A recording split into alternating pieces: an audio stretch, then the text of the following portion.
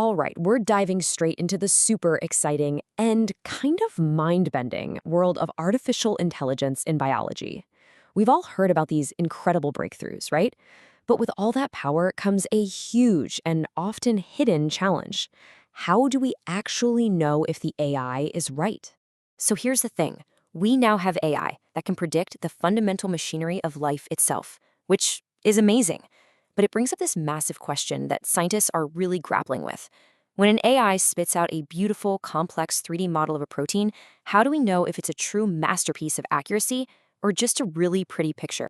You see, using AI to predict protein structures is changing everything. But it's also created this brand new scientific puzzle. How do we actually check the AI's work?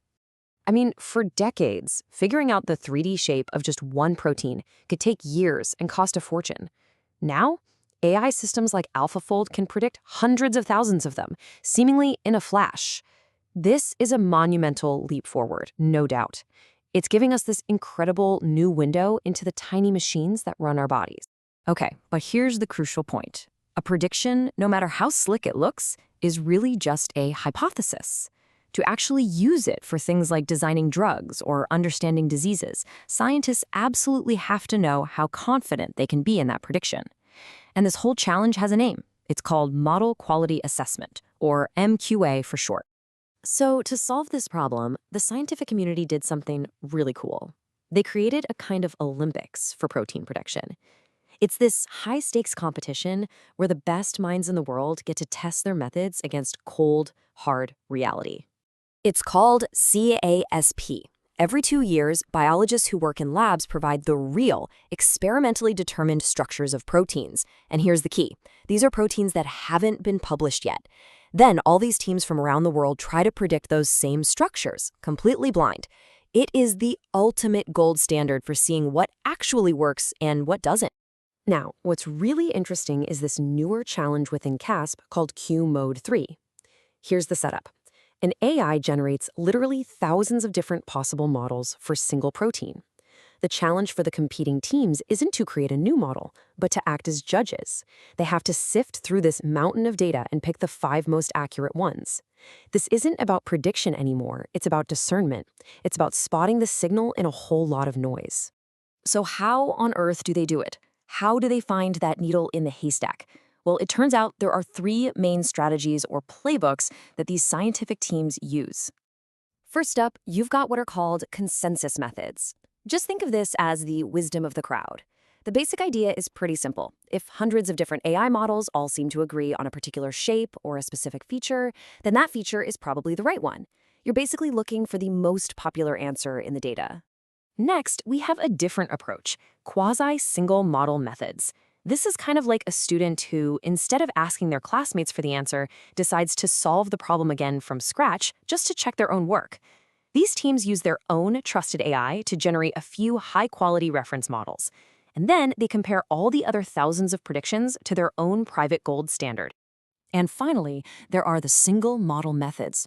You can think of this one as the lone inspector. These methods look at just one model at a time, really scrutinizing its internal details. Does it look realistic?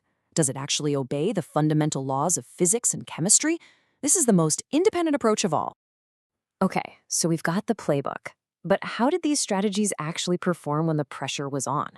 Let's look at what actually happened in the latest CASP competition, because there were some really fascinating successes and some spectacular failures.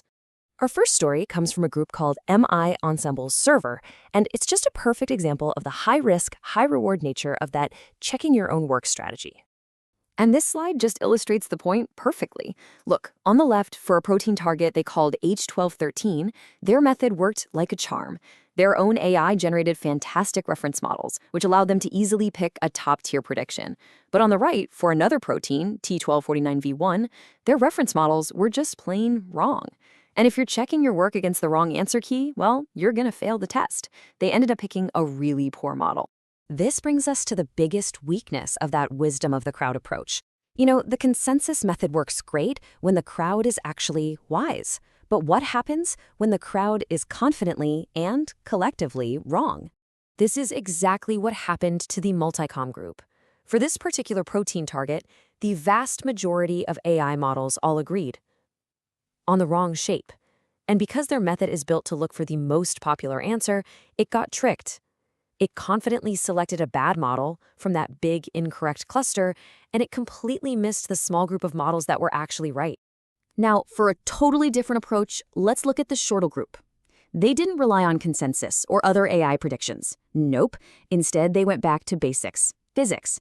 They evaluated each model based on whether its features, things like bond angles and how atoms overlap, looked like the features you find in thousands of real, high-resolution protein structures. They were basically asking, does this model even look like it could actually exist in nature? So after all the dust settled in the arena, after all the number crunching was done, what did we actually learn? Who came out on top? The results are pretty fascinating because there was no single runaway winner. The checking your own work method from MIEnsembles-Server was the best overall, sure, but the wisdom of the crowd consensus methods were dominant when it came to judging how different proteins connect with each other. It just goes to show that different strategies are better at different types of problems. And this is really the key takeaway from the whole thing. There is no silver bullet here, no one-size-fits-all method for judging AI predictions. Each strategy has its own strengths and its own blind spots. But what's really encouraging is that the more practical methods, the ones that don't rely on having thousands of other predictions to compare against, are getting better and better. This means we're developing a much more robust and flexible toolkit for real-world science. So you might be asking yourself, okay, that's a neat academic competition, but why does this actually matter to the rest of us? And the answer is, it matters immensely. Being able to trust these AI predictions is literally the key that unlocks the door to a whole new era of medicine and biotechnology. It's absolutely essential for rapidly designing new drugs, for understanding the deep molecular basis of genetic diseases, and even for engineering brand new enzymes to help solve environmental problems. The quality control we're talking about here is what translates AI's amazing potential into actual real-world cures and solutions. And that leaves us with one final thought to chew on.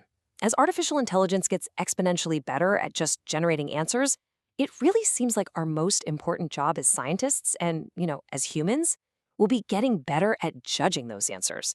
Perhaps, in the end, our most critical skill won't be having the answers, but knowing how to ask the right questions and knowing when to trust the reply.